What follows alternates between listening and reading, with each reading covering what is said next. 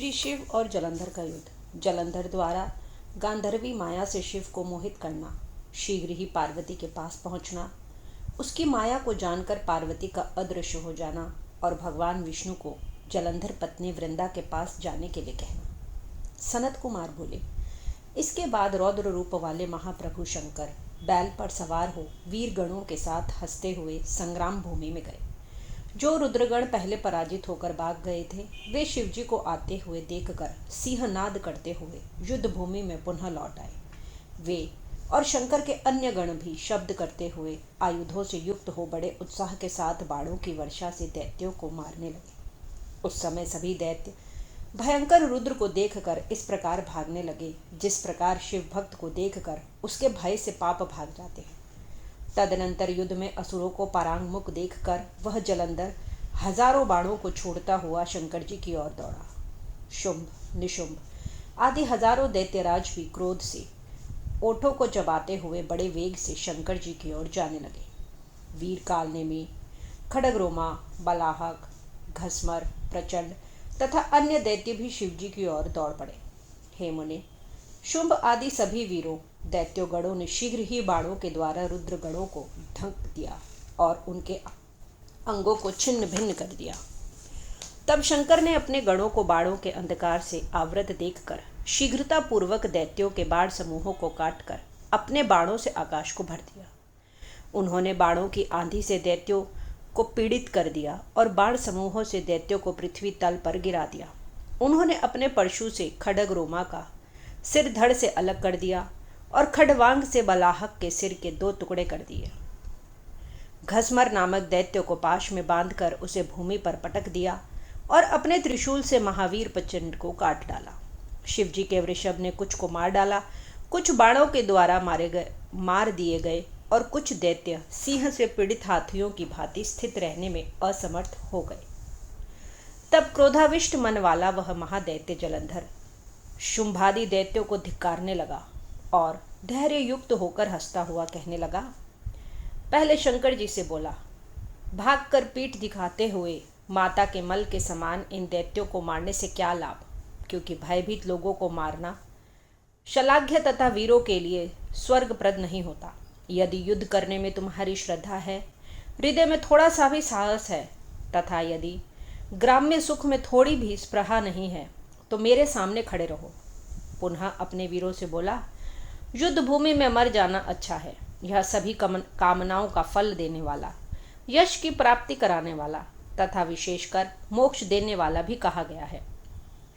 जो रणभूमि में युद्ध करते हुए मारा जाता है, वह सन्यासी एवं परम ज्ञानी होता है और सूर्यमंडल को भेद कर परम पद को प्राप्त करता है।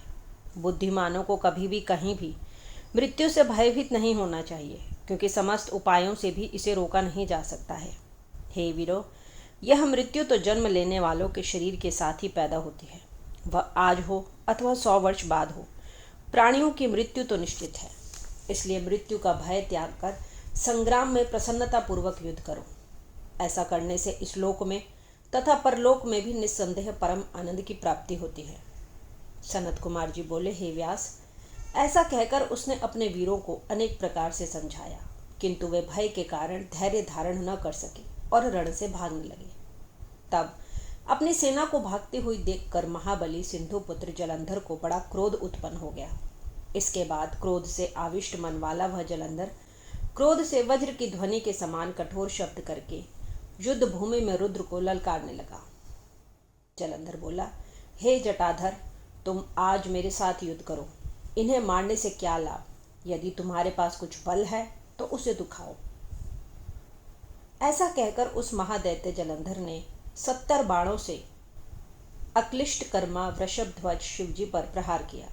महादेव जी ने अपने तक न पहुंचे हुए जलंधर के उन बाणों को अपने तीक्ष्ण बाणों से शीघ्र ही हंसते हंसते काट दिया और 7 बाणों से उस जलंधर दैत्य के घोड़े, पताका, छत्र और धनुष को काट गिराया। हे मुने, शंकर के लिए यह अद्भुत बात नहीं थी।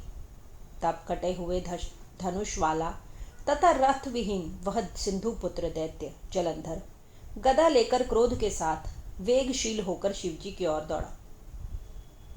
हे पराशर पुत्र, तब महान लीला करने वाले प्रभु महेश्वर ने उसके द्वारा चलाई गई गदा को शीघ्र ही सहसा 2 टुकड़ों में कर दिया। फिर भी वह महादैत्य क्रोध में भरकर अपनी मुष्टि का तान कर उन महादेव को मारने की इच्छा से बड़े वेग से उन पर झपटा। इतने में अक्लिष्ट कर्म करने वाले ईश्वर ने अपने बाणों समूहों से शीघ्र ही उस जलंधर को 1 कोस पीछे ढकेल दिया। तत्पश्चात दैत्य जलंधर ने रुद्र को अपने से अधिक बलवान जानकर उनको मोहित करने वाली अद्भुत गांधर्वी माया का निर्माण किया। उस समय उसकी माया के प्रभाव से शंकर जी को मोहित करने के लिए अप्सराओं एवं गंधर्वों के अनेक गण प्रकट हो गए। उसके बाद गंधर्व तथा अप्सराओं के वे गण नाचने गाने लगे तथा दूसरे ताल, वेणु और मृदंग बजाने लगे। उस महान आश्चर्य को देखकर रुद्र अपने गणों के साथ उस रणभूमि में मोहित हो गए। उन्हें अपने हाथ से अस्त्रों के गिरने का भी ध्यान न रहा। इस प्रकार रुद्र को एकाग्रचित्त देखकर काम के वशीभूत वह दैत्य जलंधर बड़ी शीघ्रता से वहां पहुंचा जहां गौरी विराजमान थी। हे व्यास, युद्ध भूमि में महाबली शुंभ तथा निशुंभ को नियुक्त कर तथा स्वयं 10 भुजा, 5 मुख, 3 नेत्र तथा जटा धारण कर महावृषभ पर आरूढ़ हो वह जलंधर अपनी आसुरी माया के प्रभाव से सर्वथा शंकर के समान सुशोभित होने लगा। शिव प्रिया पार्वती रुद्र को आते हुए देखकर सखियों के मध्य से उसके सामने आकर उपस्थित हो गई। उस दैत्यराज ने ज्यों ही पार्वती को देखा उसी समय संयम रहित हो गया और उसके अंग जड़ हो गए। तदनंतर वे गौरी उस दानव को पहचान कर भय से व्याकुल हो वेग पूर्वक अंतर्धान होकर उत्तर मानस की ओर चली गई। तत्पश्चात क्षण मात्र में ही बिजली की लता के समान पार्वती को न देखकर वह दैत्य पुनः युद्ध करने के लिए बड़े वेग से वहां पहुंच गया जहां शिवजी थे। तब पार्वती ने भी मन से महाविष्णु का स्मरण किया और उन्होंने तत्क्षण अपने समीप उन विष्णु को बैठा हुआ देखा। तदनंतर जगत जननी शिवप्रिया पार्वती हाथ जोड़कर प्रणाम करते हुए उन विष्णु को देखकर प्रसन्नचित हो उनसे कहने लगी, हे विष्णु, जलंधर दैत्य ने परम आश्चर्यजनक कार्य किया है। क्या आपको उसकी दुर्बुद्धि की चेष्टा विदित नहीं है? तब भगवान गरुड़ध्वज ने जगदम्बा का वह वचन सुनकर हाथ जोड़कर सिर झुकाकर शिवा को प्रणाम कहा। श्री भगवान बोले, हे देवी, आपकी कृपा से मुझे वह वृतांत ज्ञात है। हे माता, आप मुझे जो आज्ञा दें उसे मैं आपके आदेश से करने के लिए तत्पर हूँ। विष्णु के इस वचन को सुनकर जगन माता पार्वती धर्म नीति की शिक्षा देती हुई ऋषिकेश से कहने लगी, उस दैत्य ने ही ऐसा मार्ग प्रदर्शित किया है, अब उसी का अनुसरण आप भी कीजिए।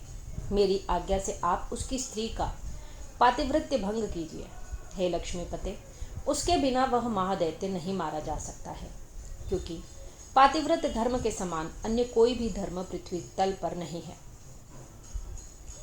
पार्वती की यह आज्ञा सुनकर विष्णु जी उस शिरोधार्य करके छल करने के लिए शीघ्र ही पुनः जलंधर की नगरी की ओर चले। इस प्रकार श्री शिव महापुराण के अंतर्गत द्वितीय रुद्र संहिता के 5वें युद्धखंड में जलंधर वधोपाख्यान के अंतर्गत जलंधर युद्ध वर्णन नामक 22वां अध्याय पूर्ण हुआ।